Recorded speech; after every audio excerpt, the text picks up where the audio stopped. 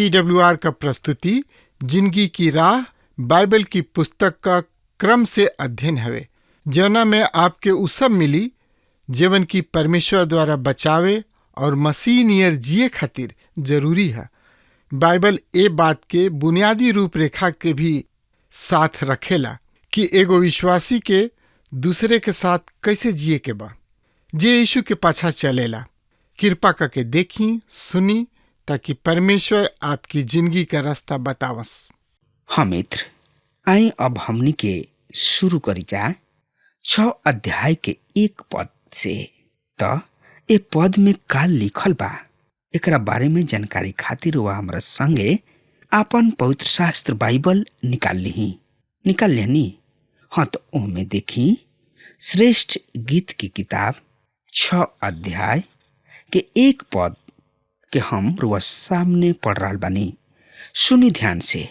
हे स्त्री सब में परम सुंदरी, तोहार प्रेमी कहवा गोइलन, तोहार प्रेम कहवा चली गोइलन कि हमनी के तोहरा संगे खोजे निकली जा। अब यरूशलेम के पुत्री सब कठोर और निंदक ना है सा, उ ओकरा साथ ओकरा प्राण प्रिय की खोजी में ओकर मदद करे चाहताड़ी लोग। अब ओहनी जानी ई देखे चाहताड़ी जा जौन की दुल्हन ओहनी लोग के बतौले रही। अब ओहनी लोग कहे चाह रहल बाड़ी लोग कि ऊ जरूर सुघर सागर हुई हैं और ओहनी लोग खुद देखे चाहताड़ी लोग। पवित्र शास्त्र बाइबल हमनी के बतावले कि जे खोजेला ऊ पावेला। यीशु मसीह कहले कि जे केहू भी हमरा किने आई ओकरा के हम कबहू ना निकालब। श्रेष्ठ एक गीत 6 अध्याय के 2 और 3 पद में लिखल बा, हमार प्रियतम अपना बगीचा में बलसान के कियारी सब के ओर ले गोइलन कि बगीचा में आपन झुंड चरावस और घाटी के यानी कि शोषण फूल चुनस। हम अपना प्रीतम के हई और हमार प्रीतम हमार हमें। हाँ, उहे जौन की आपन झुंड शोषण सबके बीच चराइना। मित्र भाई बहन, प्रेमिका कहताड़ी कि हमार प्रेमी कहवा बाड़े, कतना निश्चितता बा, कतना संतुष्टि बा और ऊ कतना खुश भी बाड़ी। इस सबसे सोचे वाली बात बिया कि ऊ बहुते आनंदित बाड़ी। मित्र, परमेश्वर प्रभु यीशु मसीह से संतुष्ट भइले। त ए सब के बारे में जानकारी खातिर वह हमरा संगे आपन पवित्र शास्त्र बाइबल निकाल ली।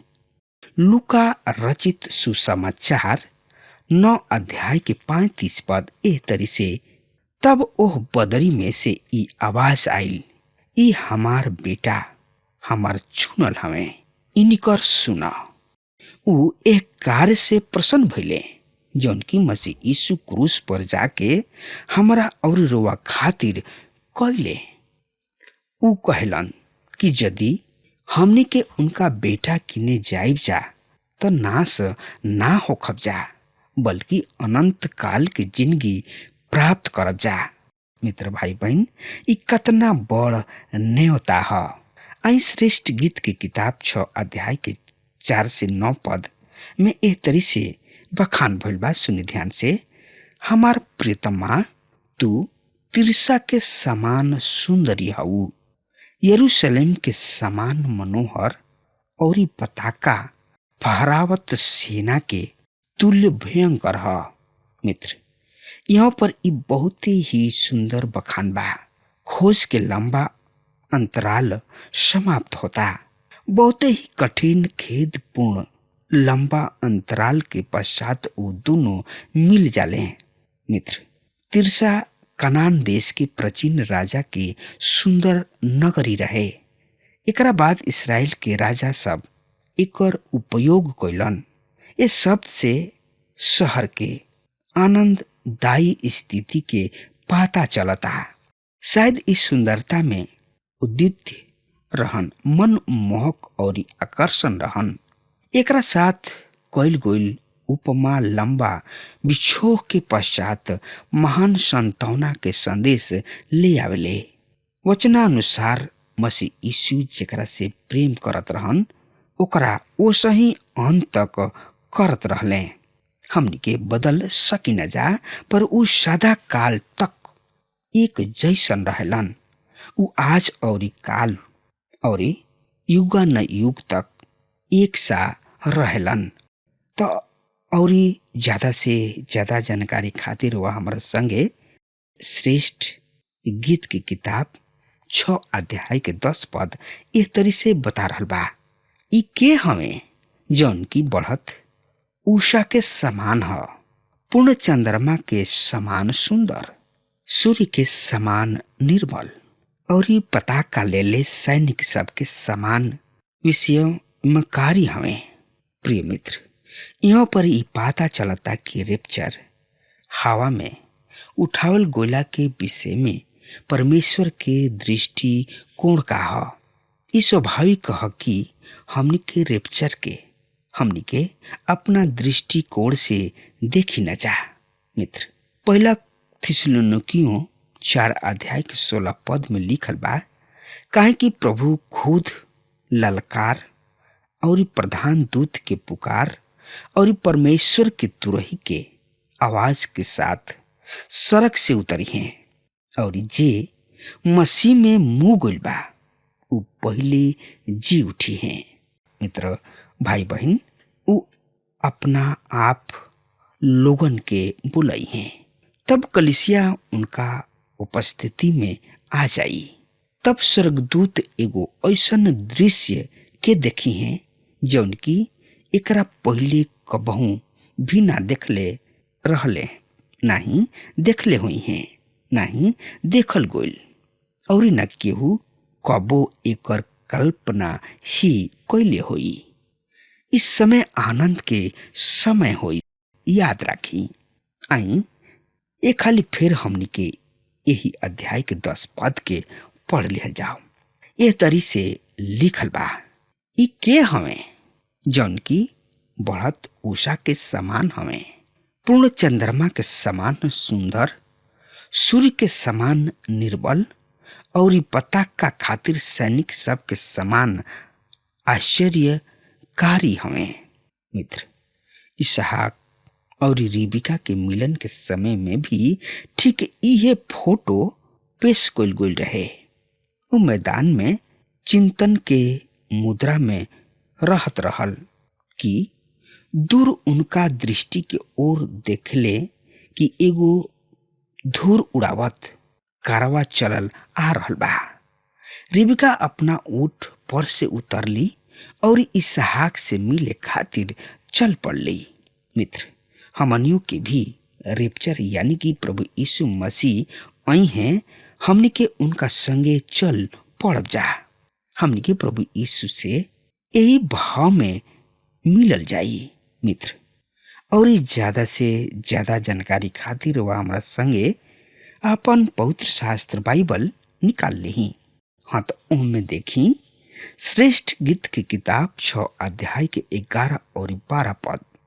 हम अखरोट के बगीचा में गइनी कि घाटी के फूल के देखी, और देखी कि दाखलाता में कली सब या अनार में फूल लागल बा कि ना। हमरा सामने से पूर्व हमार मन हमरा कुलीन पुरुष सब के रथ पर बैठा दिहले। मित्र, ध्यान देवे जोग बात बा कि यहाँ पर 3 गो बगीचा के बखान पावल जाता। पहिल का ह बसंत ऋतु के बाग बगीचा, फूल सबसे भरल बगीचा, अंगूर से लदाइल डाढ़ी लता सब वाला बगीचा, जौन की अंगूर अबही पाकल नहीं खे। दूसर का बगीचा ह शरत ऋतु के बाग बगीचा, जड़ी बूटी सब और फल फूल अब पाक चुकल बा, सब कुछ तैयार बा। और तीसर का बगीचा ह शीत कालीन बाग बगैचा। शीतलहरी अबही चल ही रहल बा कि दुल्हन अभी बगैचा में उतरताड़ी और देखताड़ी अखरोट के फेड़ सब के दृश्य का ह। ये दृश्य की तुलना ओह स्थिति से कोई जा सकता जब प्रभु के स्वर्गरोहण हो चुकल रहे और चेला सब यरूशलेम में ठहरल रहन और पिता के प्रतिज्ञा के पूरा होखे के इंतजार करत रहले। इहो कुछ ओसही रहे, माना शीतकाल के समाप्ति पर कोनो बगीचा में जाके निरीक्षण करे कि ओह में फूल और फल सब के आके का स्थिति बा, यानी कि आवे के का दशा बा। अब चेला सब के खातिर संपूर्ण पुराना नियम एगो खजाना स्वरूप है मित्र। त एकरा बारे में और ज्यादा से ज्यादा जानकारी खातिर वह हमरा संगे आपन पवित्र शास्त्र बाइबल से देखत लूका रचित सुसमाचार 24 अध्याय के 27 पद में एह तरी से लिखल बा। तब उ मूसा से शुरू क के सब नबी और समस्त पवित्र शास्त्र में से अपना संबंध के बात के अर्थ उनका के समझा दिहलन। श्रेष्ठ गीत के किताब 6 अध्याय के 12 और 13 पद के हम रोज सामने पढ़े जा रहल बनी। सुनी ध्यान से। हमरा संभले से पूर्व हमार मन हमरा के कुलीन पुरुष के रथ पर बैठा दिहले। लौट आव हमार सुलेमीन, लवटी आव कि हम तोहरा के एक टक देखी, जैसे कि दू दल के नित्य के ओसही सुलेमीन के एक टक काहे देखी। मित्र, परमेश्वर के वचन एगो बाग बगीचा के समान है। सब बगीचा अखरोट और बादाम जैसन फल से लदाइल बा। ये सब में ऐसन अनेक सच्चाई कड़ा आवरण से ढकल बा। जब तक ई काड़ा आवरण तुरल ना जाओ, ना तो स्वाद मिल सकी और ना बादाम। ये पवित्र शास्त्र के आवरण तूर के मूल वस्तु के आनंद लिहल कलिसिया के एकमात्र काम है। मसीह यीशु के दुल्हन समस्त युग में परमेश्वर के महान अनुग्रह के विज्ञापन है। पौलुस यही बात के स्पष्ट कैले रहन। परमेश्वर हमरा के मसीह यीशु के साथ जियौले और स्वर्गिक स्थान में बैठौले। हमनी में से केहू भी वहाँ बैठे के योग्य नहीं खे। यदि हमनी के वहाँ पर बैठे जा रहल बानी जा तो ई परमेश्वर के अनुग्रह है। वो हमनी से प्यार करेलन और अपना आप के हमनी खातिर दे दिहलन। हमनी के वहाँ पर उनकर महिमा और हमनी के भलाई अच्छाई के खातिर वहाँ पर हुई हैं। एकरा से बढ़ के बढ़िया बात हम कुछ भी नहीं सोच सकत। मित्र, भाई बहन, ई कतना महान उनकर अनुग्रह बा, ई कतना महान उनकर कृपा बा कि ऊ हमनी के साथे रहलन। अगर हमार बात रुआ सुन रहल बानी तो यही घड़ी रुआ प्रभु यीशु मसीह किने आई और आपन दुल्हा बना ली। काहे कि प्रभु यीशु मसीह महान परमेश्वर हवन। उनका से बढ़ के केहू नहीं खे कि केहू उनकर स्तुति ओकर प्रशंसा करे। सिर्फ प्रभु ही महान प्रभु हमें और ऊ हमें प्रभु यीशु मसीह। अगर हमार बात रुआ तक पहुंच रहा बा तो आज वे प्रभु यीशु मसीह के उद्धारकर्ता के रूप में स्वीकार करी। लेकिन ये सब कब हुई? जब रुआ अपना पाप के प्रभु से ना बताई, प्रभु से ना कहब, प्रभु से बातचीत ना करब, अपना पाप के प्रभु के हवाले ना कर देब, तब तक प्रभु किने रुआ नहीं पहुंच सकत। काहे कि पाप ही ऐसन चीज हुआ कि प्रभु के प्रेम में जाए से रोकेला। इसे सबसे बढ़िया बा कि आज यही घड़ी प्रभु यीशु मसीह के अपना पाप के बताई और प्रभु से गले मिल जाई। प्रभु मार्ग, सत्य और जिंदगी हमें, उहे स्वर्ग के कुंजी हमें। मित्र, हमारा विश्वास बा कि हमारा बात से रुआ सहमत बानी और आज प्रभु के उद्धारकर्ता के रूप में स्वीकार भी करब। अब हमार समय खत्म हो रहा बा, तब तक खातिर रुआ हमरा के आज्ञा दी। परमेश्वर रुआ के बहुते बहुते आशीष देस। आमीन। हमके विश्वास बा कि ई कार्यक्रम आप सब खातिर फायदेमंद सिद्ध भइल हुई। हम चाहतनी कि आप सब अपन अपन आशीष हमरों से बांटी।